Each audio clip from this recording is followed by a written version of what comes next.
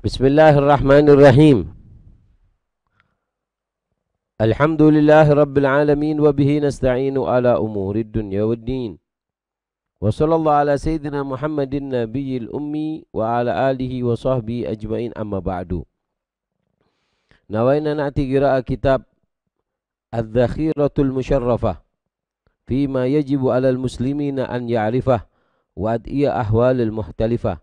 Jama' wa tertib Al-Habib Al-Allama Da'i ilallah Umar bin Muhammad bin Salim bin Hafid Ibn Syekh Abi Bakar bin Salim Anna Allah yudkhil niyatana fi niyatih wa amalana fi amalihim wa ij'alna fi zumratihim wa kama wa Sayyidil Habib Umar fi qiraati kutubi salaf wa fi qiraati kutubi masyayikh Anna Allah yudkhilna في زمرة مع اللطف والعافية بجاه سيد خير البرية والعهد النبي محمد صلى الله عليه وسلم بسر أسرار الفاتحة.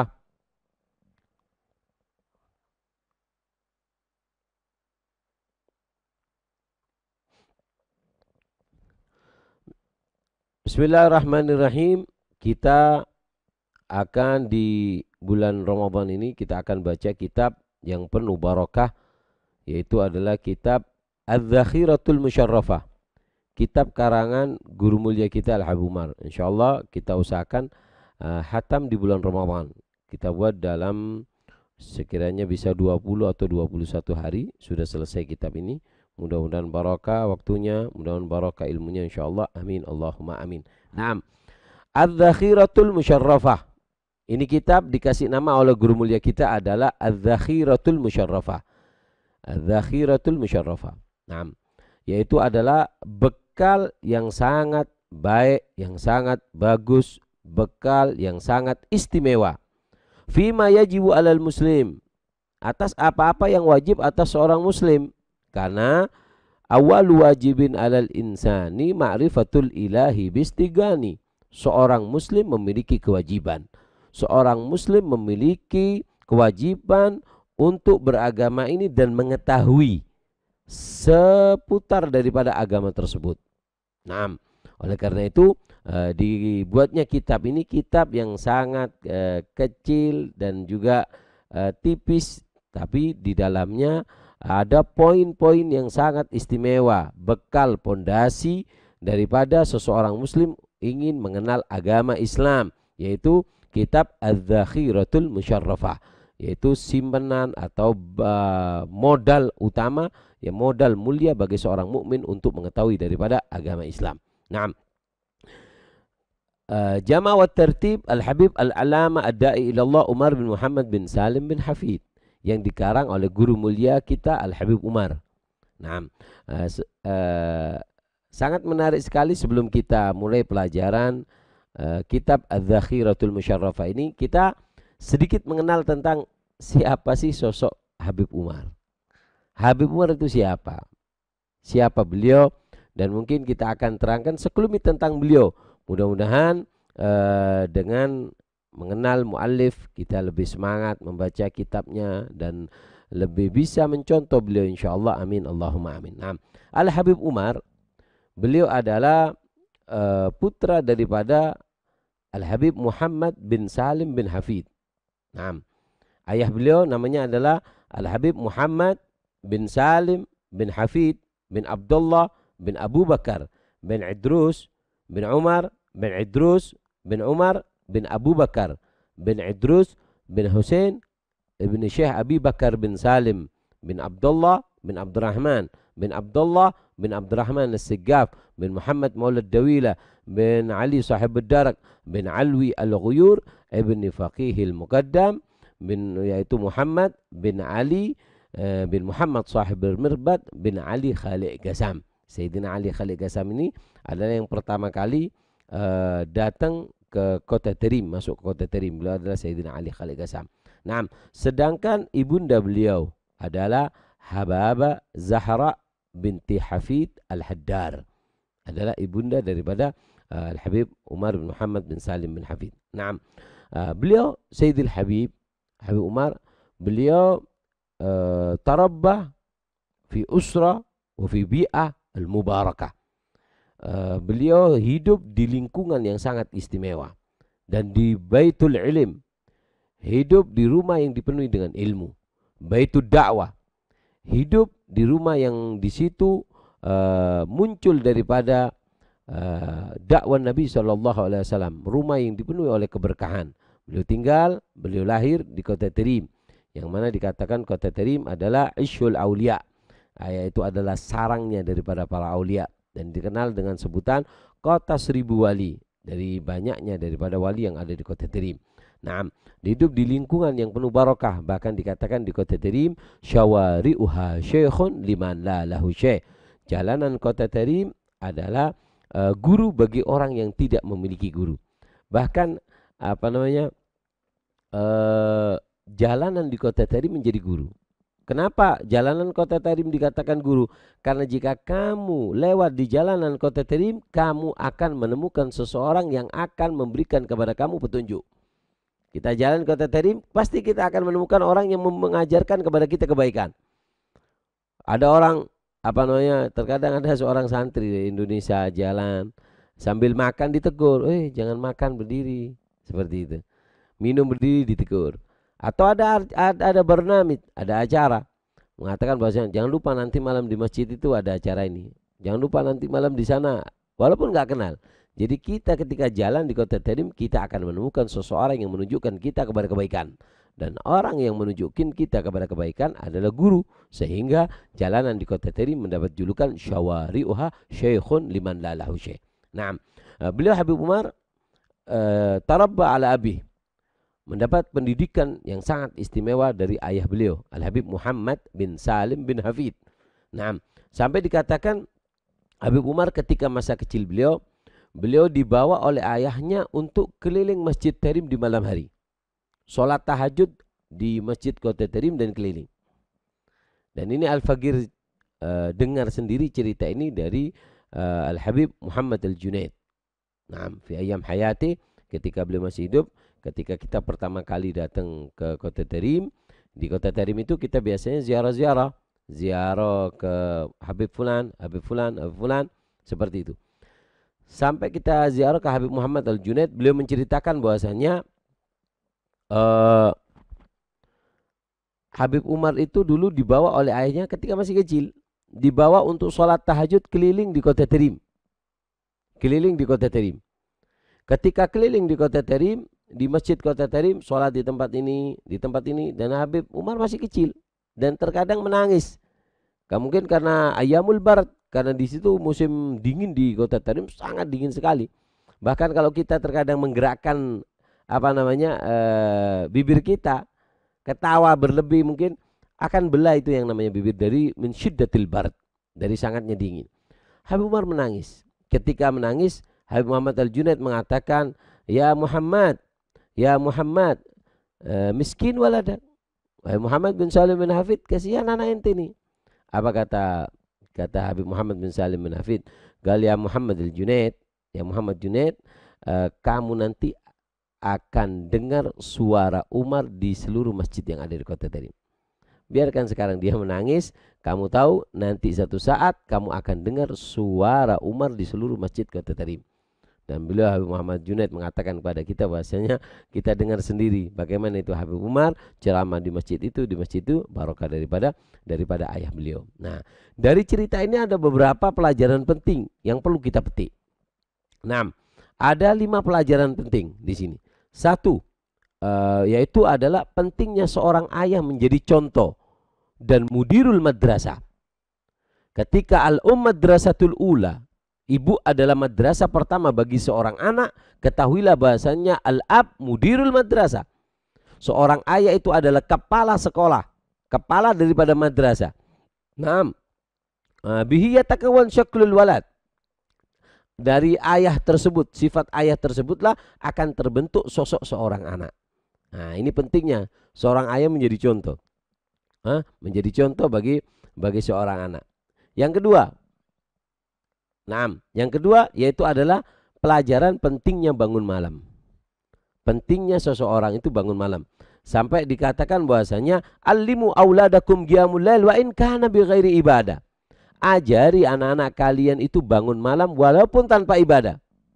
Walaupun enggak ibadah, cuman bangun malam, ajari anak kalian.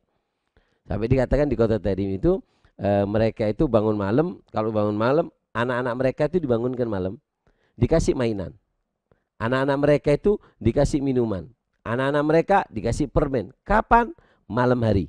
Ayahnya sholat, ibunya membaca Al-Quran, si anak bermain. Ikut bangun malam. Nah, kenapa? Dari pentingnya malam. Dan yang ketiga, pelajaran dari sini bahwasanya menunjukkan bahwasanya al khair kullu fil lail. Semua kebaikan itu dituang oleh Allah di malam hari. Nah, semua kebaikan itu di malam hari. Sampai dikatakan bahwasanya ya ibadi la tanamu, wahai hambaku jangan kau tidur. Yanalu waslaman hajaral manama, akan mendapatkan pangkat sampai dekat dengan Allah man hajaral manama, orang-orang yang meninggalkan daripada tidur. Naam. Allah. Sampai dikatakan oleh Syekh Ismail bin Ibrahim Al-Jabarti. Syekh Ismail bin Ibrahim Al-Jabarti, beliau mengatakan bahasanya al khair kulluhu fil lail. Semua kebaikan itu ada di malam hari. Ma'yu qadul wali liwilaya illa billail. Enggak ada ceritanya seorang wali diangkat jadi wali kecuali di malam hari. Wali itu diangkat jadi wali di malam hari. Jadi kalau ada orang yang ngaku wali tapi dia nggak bangun malam, suruh cuci tangan. Jangan jadi wali, suruh jualan pentol aja, suruh jualan bakso aja. Kenapa? Nggak bisa. Yanalu waslaman hajaral manama. Kita lihat para penduduk kota Tarim, dikatakan bahasanya qaumun idza arkhad dalama suturahu lam tulfihim rahlul wita'i wal majja'i. Mereka adalah satu kaum ketika mulai datang itu gelapnya malam, mereka tidak tertipu dengan lezatnya dan empuknya dan enaknya yang namanya kamar ataupun ranjang mereka atau kasur mereka. Bal talqahum umdul maharibi guwaman lillahi akrim bisujudi rukkai. Mereka cari itu daripada mihrab-mihrab masjid. Mereka cari daripada tiang-tiang masjid. Mereka sholat di situ. Mereka sholat, mereka ruku. Sampai sebagian mengatakan bahwasanya ada yang mendapat sifat mereka adalah umdul masajid. Seperti tiangnya masjid. Kalau udah sholat lama kalau udah sholat. Kenapa? Al khair kulluhu fil lail. Semua kebaikan itu adanya di malam hari. Nah, dan pelajaran yang keempat yaitu adalah ma fa'alal walid illa li maslahatil ibn faham au ma yafham. Semua yang dilakukan oleh seorang ayah seperti tadi Abu Umar menangis, ya kan? Kalau secara akal manusia kesian, dingin, tapi ketahuilah apa yang dilakukan oleh seorang ayah kepada anaknya itu semuanya adalah kebaikan bagi seorang anak tersebut, faham ataupun nggak faham. Faham atau nggak faham, ada kebaikan bagi anak tersebut. Nah, dan yang kelima yaitu adalah ahamiyatud du'a fil lail. Pentingnya berdoa di malam hari. Bagaimana Habib Muhammad bin Salim bin Hafid membawa Habib Umar ke masjid-masjid untuk apa? Untuk ibadah. Untuk apa? Untuk berdoa. Mendoakan daripada anaknya dan keluarganya. Karena dikatakan 3 waktu paling bagus untuk berdoa. Jika ada orang ingin berdoa, ada 3 waktu untuk berdoa. Kapan itu? Yang pertama adalah fil lail, ketika malam hari. Naam. Malam hari, dan gak mungkin bisa bangun malam kecuali orang-orang yang dipilih oleh Allah Subhanahu wa taala. Bahkan dikatakan di dalam disebutkan bahwasanya di dalam hadis qudsi bahwasanya jika Allah rindu kepada seorang hambanya, maka Allah mengatakan kepada malaikat Jibril, "Gal ya Jibril, nabi abdi fulan fa inni mushtaqun ilai." Jibril, bangunkan hambaku itu, fa inni mushtaqun ilai. Aku rindu kepadanya. Sehingga dibangunkan. Dibangunkan di malam hari. Kenapa? Di malam hari tersebut Allah mengatakan hal min ta'ib, hal min mustaghfirin, hal indahu haja. Siapa yang punya hajat, siapa yang punya keinginan, siapa yang punya masalah, bangun malam aku akan berikan, kata Allah Subhanahu wa taala. Nah, tempat yang paling bagus untuk berdoa ada 3. Yang pertama yang pertama adalah malam, di malam hari. Yang kedua indasyam, yaitu ketika berpuasa. Allah berfirman, dikatakan bahwasanya inni alaitu ala nafsi an la arudda da'wata shaim Ramadan. Aku telah berjanji aku tidak akan menolak daripada doanya orang yang berpuasa di bulan Ramadan. Nah, ketika berpuasa kita doakan anak-anak kita. Kita doakan anak kita supaya menjadi anak yang barokah. 4 doa jangan sampai terlepas buat anak kita. Kalau kita mau mendoakan anak, jangan lepas dari 4 doa. Yang pertama, doakan supaya anak kita dijaga oleh Allah. Doakan supaya anak kita barokah. Ini yang pertama. Doa yang sangat doa supaya anak kita barokah. Yang kedua, doakan supaya anak kita menjadi anak yang dijaga oleh Allah Subhanahu wa taala. Karena kalau anak sakit, ada masalah, maka sangat mengambil daripada pikiran seorang lelaki. Nah, yaitu adalah sakitnya seorang anak. Yang ketiga, doa supaya anak kita tidak membahayakan orang dan tidak dibahayakan oleh orang. Dan doa yang keempat, doakan anak kita supaya anak kita menjadi anak yang berbakti kepada orang tua. Nah, yang ketiga, waktu doa yang paling baik adalah indas salihin, ketika kita berada di dekat orang saleh. Ini adalah doa yang sangat istimewa. Nah, ini 5 pelajaran penting dari cerita yang barusan Abu Umar. Nah, Masya Allah. Bahkan juga dikatakan bahasanya Abu Umar sering juga dibawa oleh ayah beliau ke majelis-majelis. Kata beliau, Abu Umar, ketika aku dibawa oleh ayahku ke majelis-majelis, ketika aku sudah mulai bosan. Kenapa? Karena nggak paham. Ketika beliau masih umur 5 tahun, umurnya Habib Umar 5 tahun, sering dibawa oleh ayahnya ke majelis. Kata Abu Umar, aku nggak paham sesuatu yang diucapkan karena umurnya masih kecil. Kata Habib Umar, ketika aku sudah mulai bosan dengan majelis itu karena aku nggak paham, maka ayahku mengeluarkan coklat, mengeluarkan permen yang diberikan kepada aku ketika aku sudah merasa bosan di majelis tersebut, sehingga aku suka hadir majelis. Kenapa? Karena hadiah coklat dari ayahku. Masya Allah. Ini terbiasa seorang ayah. Perlu perjuangan dari seorang ayah untuk mendidik daripada seorang anak. Nah, sampai juga pernah dikatakan bahwasanya Al-Habib Muhammad bin Salim bin Hafid ini adalah seorang yang sangat semangat di dalam berdakwah. Beliau sangat semangat di dalam berdakwah. Sampai beliau menulis daripada semua ucapan dari gurunya Al-Habib Alwi bin Abdullah bin Syihab di dalam majelis yang khusus ataupun majelis secara umum. Beliau ada 8 jilid kitab yang ditulis dengan tangan beliau Al-Habib Muhammad bin Salim bin Hafid, yaitu kitabnya namanya adalah Syai'un Yasir min Mawaid wa Tadhkir. 8 jilid. Dan kita punya kitab tersebut, tapi juz yang 8 hilang dan itu enggak ada. Karena di Ayam Syuyu'i, ketika di situ ada komunis masuk, kitab tersebut banyak disembunyikan di tembok, kemudian dicor supaya enggak diambil. Nah, ada yang bilang dimakan rayap ataupun yang hasil kitabnya masih ada 7 jilid. Al-Faqih juga punya kitab tersebut. Nah, Majmu' Kalam Alwi bin Abdullah bin Syihab yang ditulis oleh ayah daripada guru mulia kita Al-Habib Habib Umar, yaitu ayah beliau Al-Habib Muhammad bin Salim bin Hafid. Nah, juga ada sebuah cerita tentang Habib Umar ketika beliau masih umur 3 tahun. Ketika beliau masih umur 3 tahun 4 tahun gitu, dibawa oleh ayah beliau, sering dibawa oleh ayah beliau ke acara-acara. Sampai ketika di rumah, ini pentingnya pentingnya membawa anak ke majelis yang baik. Habib Umar di rumah itu seringnya dibawa ke pengajian karena ayahnya Habib Umar itu kalau ceramah di Tarim itu kan dulu masih kabel itu masih banyak, nggak kayak sekarang mikrofon cukup pakai seperti ini cukup. Kalau dulu nggak, kabel 1, 2, mikrofon yang untuk atas, yang untuk ini lain. Jadi pegang 2 seperti itu sampai 3 terkadang orang dulu kalau ceramah. Ini Habib Umar ketika di rumahnya, apa yang dilihat dari ayahnya ketika berdakwah ditiru di rumah. Ngambil tali, ngambil benang gitu, dijadikan satu, naik ke tempat yang atas, Habib Umar ceramah, ngomong seperti anak kecil, meniru ayahnya.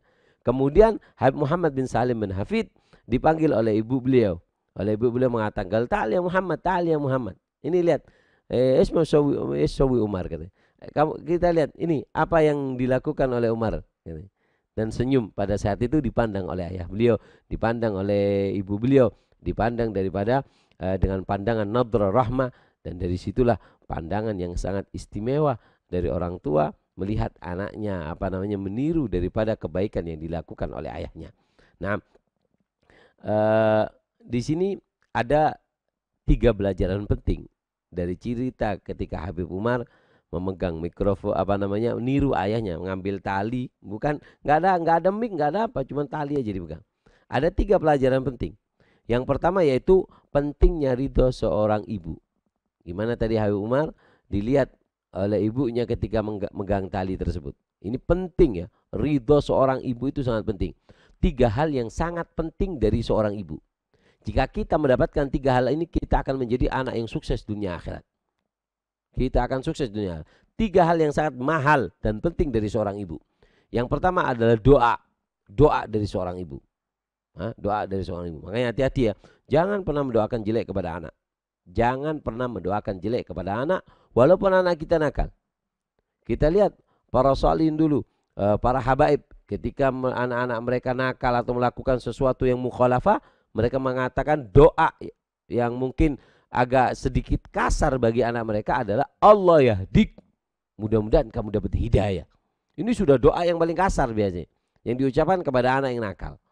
Oleh karena itu jangan pernah berdoa jelek, karena al-bala muwakkal bil mantik. Terkadang datangnya musibah, bala, penyakit, musibah itu disebabkan daripada lisan kita, terutama seorang ibu. Jangan pernah mendoakan jelek kepada kepada anak kita. Al-Fakir pernah dengar cerita tentang Kiai Hamid. Kiai Hamid dari Pasuruan. Kiai Hamid ini pada masa kecil, ibu beliau sedang buat adonan roti. Ditinggal sebentar oleh ibu beliau. Ini Kiai Hamid hujan-hujanan, tangannya kotor, banyak tanah yang ceket di tangannya.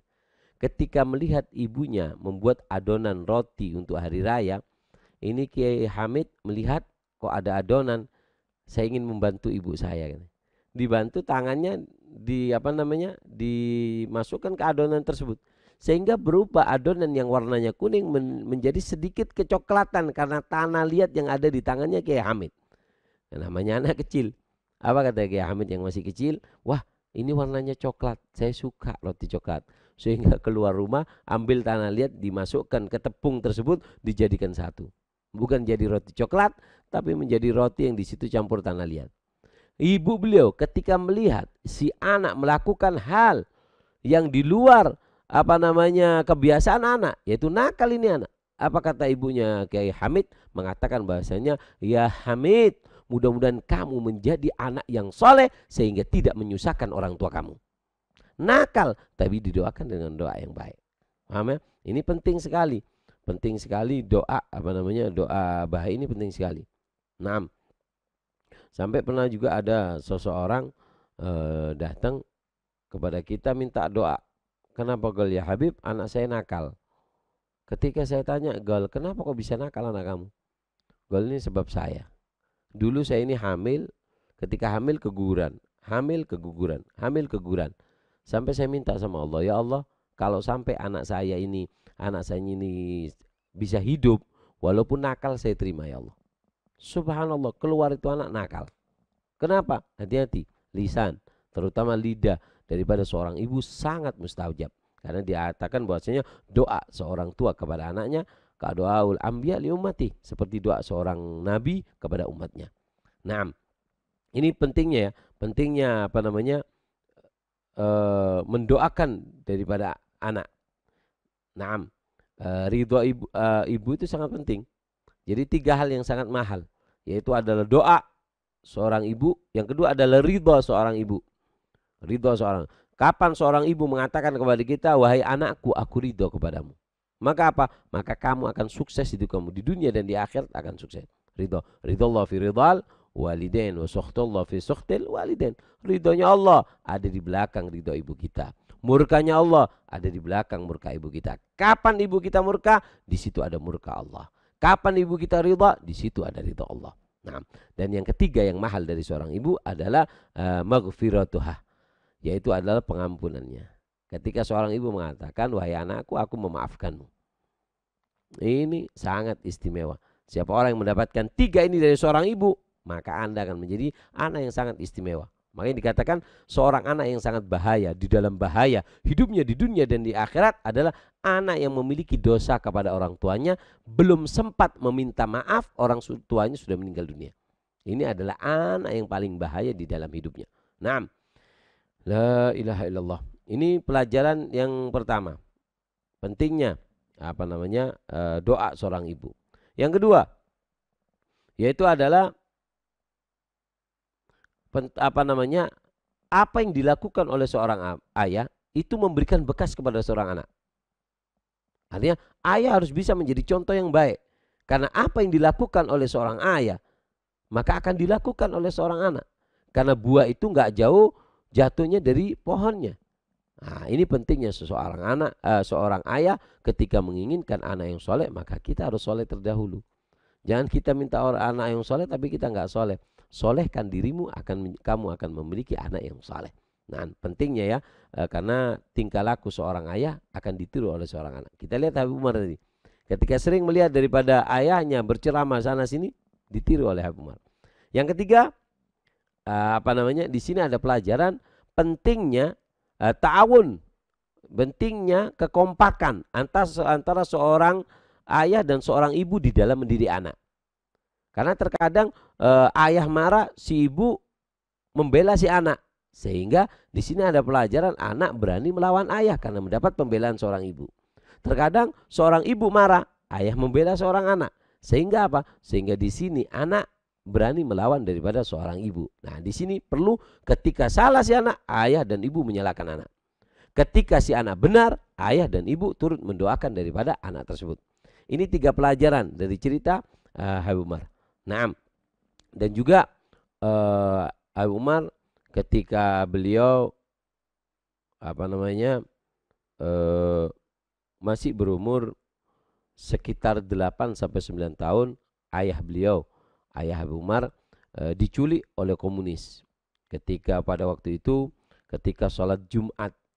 Naam, sholat Jumat di Masjid Muhdar. Karena Masjid Jami' Tarim pada waktu itu masih ada perombakan sehingga sholatnya dialihkan ke Masjid Muhdar.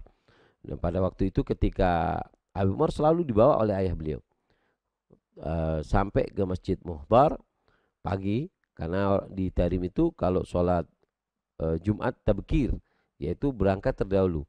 Biasanya berangkat jam 7, jam 8 itu sudah berangkat ke masjid untuk sholat Jumat. Sehingga ketika duduk, dan pada waktu itu masuk komunis ke kota Tarim. Di antaranya semua ulama harus tanda tangan, memberikan laporan setiap harinya.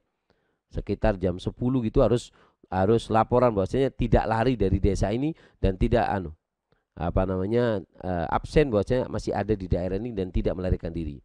Pada waktu itu hari Jumat pada jam 10 lebih, ayah Habib Umar mengatakan kepada Habib Umar, tunggu sebentar, aku mau tanda tangan untuk keberadaanku ke kantor polisi kalau bahasa sekarang mungkin, untuk tanda tangan di situ untuk absen. Kemudian ayah Habib Umar naruh surban supaya nggak ditempati orang. Kalau di kota Tarim itu kalau ada tempat soft dikasih surban, itu berarti nggak boleh ditempati orang. Makanya kalau antum lihat video di Darul Mustafa atau di masjid-masjid kota Tarim, biasanya di soft pertama itu sudah ada surban, berarti itu sudah dihajis, sudah dipesan tempat tersebut oleh seseorang, nggak boleh ditempati. Nah, kemudian ayah Habib Umar mau keluar, ngelihat Habib Umar memberikan kunci rumah dan yang lain diberikan kepada Habib Umar, pegang ini. Nah, sebagian salin mengatakan ini isyarat dari ayahnya memberikan miftah, kunci tersebut kepada Habib Umar adalah sebuah isyarat. Kemudian ayah Habib Umar nggak kembali sampai sholat Jumat selesai, ayah Habib Umar nggak ada. Kemudian Habib Umar datang kepada para habaib, tanyakan bahwasanya mana ayahku nggak ada, abahku nggak pulang. Kemudian sudah kamu pulang sekarang, bilang bahwasanya ini ayahmu kayaknya dalam keadaan bahaya. Sehingga pulanglah Habib Umar ke rumahnya. Pada waktu itu kalau nggak salah ada saudara beliau Al Habib Salim sama Habib Abdullah. Kemudian dibawa Habib Umar ke Doan, ke Habib Ali Al-Masyhur. Habib Ali Masyhur ini diutus sama sama ayahnya Habib Muhammad bin Salim bin Hafid untuk berdakwah di Doan. Sebulan, bukan sebulan. 2 bulan, bukan. Setahun, bukan. 3 tahun, enggak. 5 tahun, enggak. Berapa? Al-Habib, apa namanya, Habib Ali Al-Masyhur diutus berdakwah di Doan 14 tahun. 14 tahun berdakwah di Doan. Kalau kita kan enggak, sudah berdakwah sebulan, sudah kayak kapok, sudah enggak mau berdakwah. Ini enggak, 14 tahun Habib Ali Masyhur.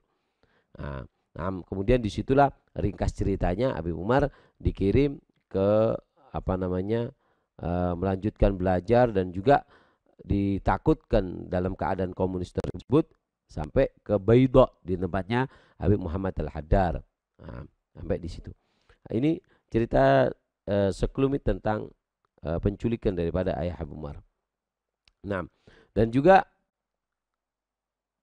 apa namanya, ada cerita yang menarik tentang bagaimana semangatnya Habib Umar. Semua waktunya Habib Umar itu makmur dengan apa namanya, makmur dengan dakwah ilallah. Dan beliau, tidurnya Habib Umar itu sangat sedikit. Kita lihat kalau di majelis yang kita sebagai apa namanya, santri beliau, dan mudah-mudahan dianggap santri oleh beliau. Beliau itu kalau tidur biasanya di sela-sela ceramah. Kalau beliau sudah capek, biasanya nyuruh beberapa orang untuk ceramah, 3 orang, 4 orang, beliau tidur sebentar. Itu waktu tidurnya Habib Umar. Nah, sampai ketika Habib Umar itu dari sibuknya acara, jangankan di luar kota Tarim, di Tarim pun waktu beliau itu sangat penuh sekali dan sangat sibuk. Bukan hanya di rumah, sampai di mobil. Di mobil beliau itu nggak kosong dari seorang santri. Tengah jalan ada yang mau ikut, ada masalah penting, mau ikut Habib Umar, mau ada yang mau diomongkan.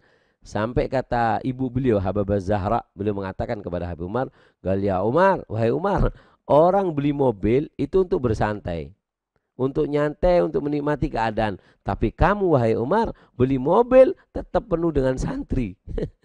Mobil kamu dipenuhi oleh santri. 2 orang, 3 orang ikut Habib Umar, ngomongin semua isinya dengan dakwah. Sampai ketika beliau sibuk dengan dakwah seperti itu, Habib Umar ketika masuk ke rumahnya, sebentar keluar lagi, masuk sebentar keluar lagi. Sampai anak kecil-kecil, cucu-cucu beliau yang ada di rumah mengatakan bahasanya, "Galia Habib, adak illa jid batru." Kata apa namanya? Kata cucu-cucu beliau, "Ya Habib, wahai Habib Umar, adak illa jid." Baru saja datang katanya. "Illa batru." Kamu mau pergi lagi Habib Umar? Masya Allah. Kita lihat sampai anak kecil tahu kesibukan daripada Habib Umar. Nah, dan dari sini juga bisa kita ambil apa namanya, pelajaran bagaimana dari kesibukan Habib Umar di dalam berdakwah. Ada beberapa pelajaran. Nah, di antaranya ada 3 pelajaran yang bisa kita ambil, yaitu menunjukkan bagaimana pentingnya hidup itu untuk berdakwah ilallah. Pentingnya dakwah. Habib Ali Al-Habsyi beliau pernah mengatakan bahasanya, "Man bagha hadzan wafir minan nabi yaga da'iyan." Siapa orang yang menginginkan bagian yang posisi khusus di dekat Nabi SAW, yaga da'iyan, jadilah kamu seorang pendakwah, orang yang mengajak manusia untuk dekat kepada Allah. Apa arti dakwah? Dakwah adalah memutar otak, memutar akal dan pikiran untuk membuat orang yang jauh dari Allah menjadi dekat, yang lupa dari Allah menjadi ingat, dengan cara apapun diiringi dengan ikhlas. Ini adalah arti daripada dakwah. Nah, Habib Ali Habsyi mengatakan, siapa orang yang ingin mendapatkan bagian yang sangat posisi khusus di depan Nabi SAW, ya gak da'ian, menjadilah kamu berdakwah. Nah, jadi dakwah itu luas. Ini kita yang ceramah ini dakwah, yang nyuting ini dakwah. Kalau nggak ada syutingan nggak mungkin nyampe. Kalian yang membagikan acara ini, dibagikan ke yang lain, itu juga dakwah. Dakwah adalah membuat orang yang lupa jadi ingat, yang jauh jadi dekat kepada Allah dengan cara apapun, diiringi dengan ikhlas. Ini adalah dakwah ilallah. Nah, yang kedua, bagaimana pelajaran dari kesibukan Habib Umar? Pentingnya kita mengatur waktu. Dikatakan bahwasanya oleh Al-Habib Ahmad bin Hasan Al-Attas, ada 3 yang jika tidak kita tertibkan, tidak kita arahkan kepada kebaikan, akan mengarahkan kepada kita secara otomatis kepada kejelekan. 3 hal. Apa yang pertama? Yaitu waktu. Jika waktu tidak kita bagi untuk kebaikan, otomatis akan terisi dengan kejelekan. Yang kedua, harta. Harta kita jika tidak kita gunakan untuk kebaikan, maka harta kita secara otomatis akan mengajak kita untuk berbuat kemaksiatan dan kejelekan dengan harta tersebut. Dan yang ketiga adalah anak dan istri. Anak dan istri, jika kita tidak arahkan kepada kebaikan sedikit demi sedikit, anak dan istri kita akan mengarahkan kita kepada kejelekan sedikit demi sedikit. Oleh karena itu, ini pentingnya kita menertibkan daripada waktu. Dan yang ketiga, yaitu ada pelajaran dari cerita ini, bahwasanya pelajaran bagi seorang anak, yaitu apa yang dilihat. Kita lihat anak kecil ketika melihat Habib Umar sibuk mengatakan, adak illa jin bataru ya Habib, baru saja datang, masa mau keluar lagi. Ini lihat pelajaran yang sangat mahal yang diberikan oleh Habib Umar kepada si anak. Karena anak itu sangat berpengaruh ya dengan apa yang dilihat dan apa yang didengar. Nah, bahkan Al-Habib Abu Bakar As-Sigaf, Sahib Gresik, Habib Abu Bakar As-Sigaf, beliau mengatakan bahwasanya kami menginginkan anak-anak kalian yang tidak bisa berangkat ke negeri Hadramut hendaknya hadir majlis seperti ini. Ketika anak-anak kalian hadir di majlis seperti ini, anak kalian akan melihat di majlis itu, kenapa itu ditaruh di depan? Oh, dia alim. Kenapa dia di belakang? Oh, dia nggak punya ilmu. Kenapa itu seperti itu? Apa yang dilihat akan berpengaruh kepada hati seorang anak. Nah, oleh karena itu ini pelajaran ya, dari kesibukan Habib Umar. Dan juga pernah Habib Umar itu di dalam dakwah beliau nggak pilih-pilih siapapun. Pernah Habib Ali Al-Jufri pernah cerita bahwasanya Habib Umar itu pernah berdakwah. Ketika berdakwah di tengah jalan ada seseorang datang dan mengatakan bahwasanya, "Kalau aku ingin," siapa itu? "Kalau itu guru kita Habib Umar. Aku ingin dekat sama orang itu." "Gal, ini Habib sudah mau pulang ini." "Ini Habib mau berjalanan ke bandara," katanya. "Gal, aku penting ada yang mau omongkan." Disampaikan, "Gal, Habib, ada orang kepingin ngomong sama antum, penting Habib." "Gal, biar ikut sama kita. Biar ikut sama kita di bandara, perjalanan menuju bandara, nanti biar dia diantarkan pulang." "Gal, nah." Dia bukan Islam Habib. "Gal, silakan suruh masuk." Ketika masuk, Islam di tangan Habib Umar. Syahadat di tangan Habib Umar. Bukan hanya syahadat, kita terkadang kan cuma gembira mengislamkan orang.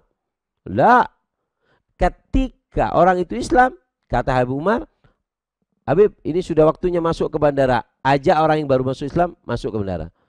Kalau Habib nggak bisa, kalau suruh masuk. Diajak masuk, kalau Habib nggak ada waktu. Ini cuma ada waktu 5 menit, kita harus masuk ke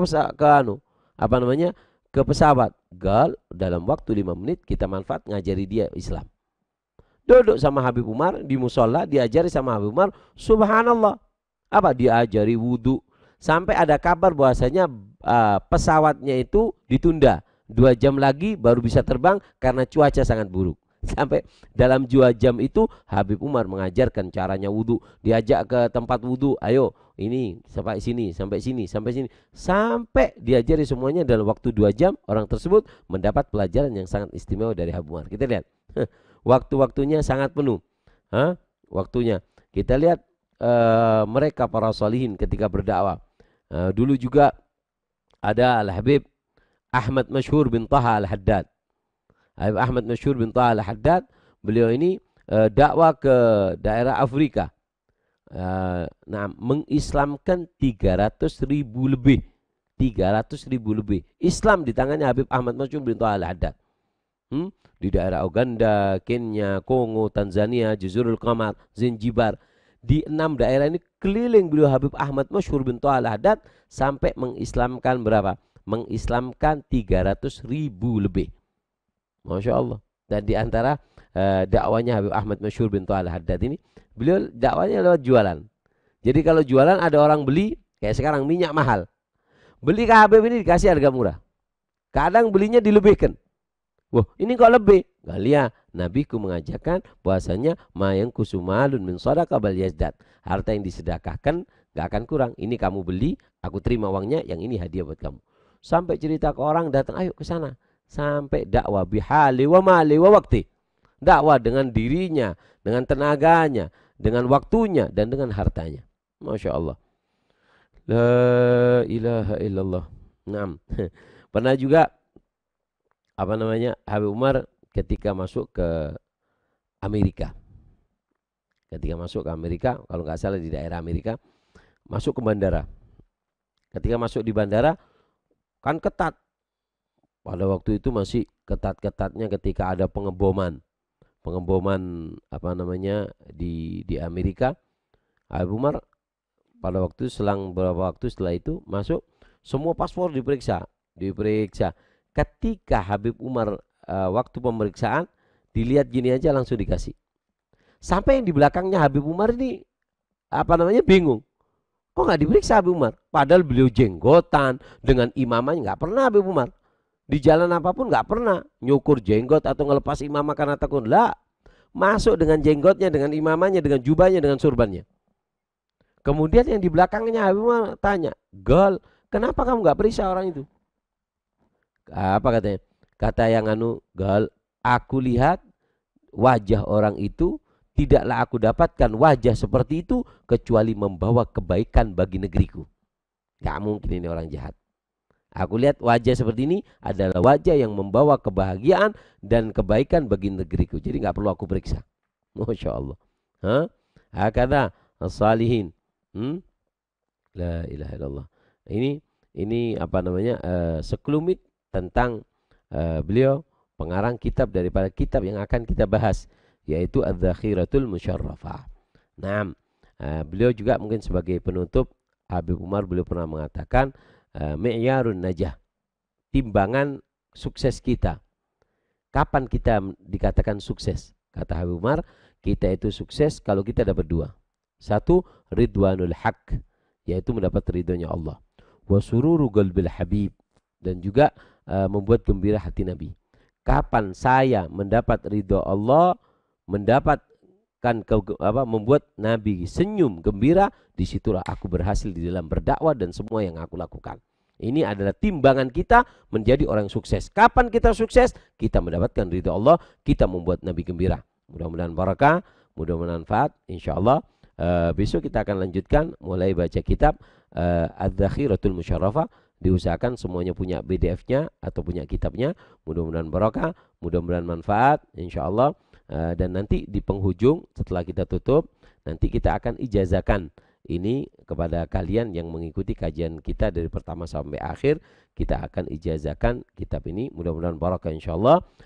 Ya Allah bitaufiq, hatta nufik wa nal haqil farik.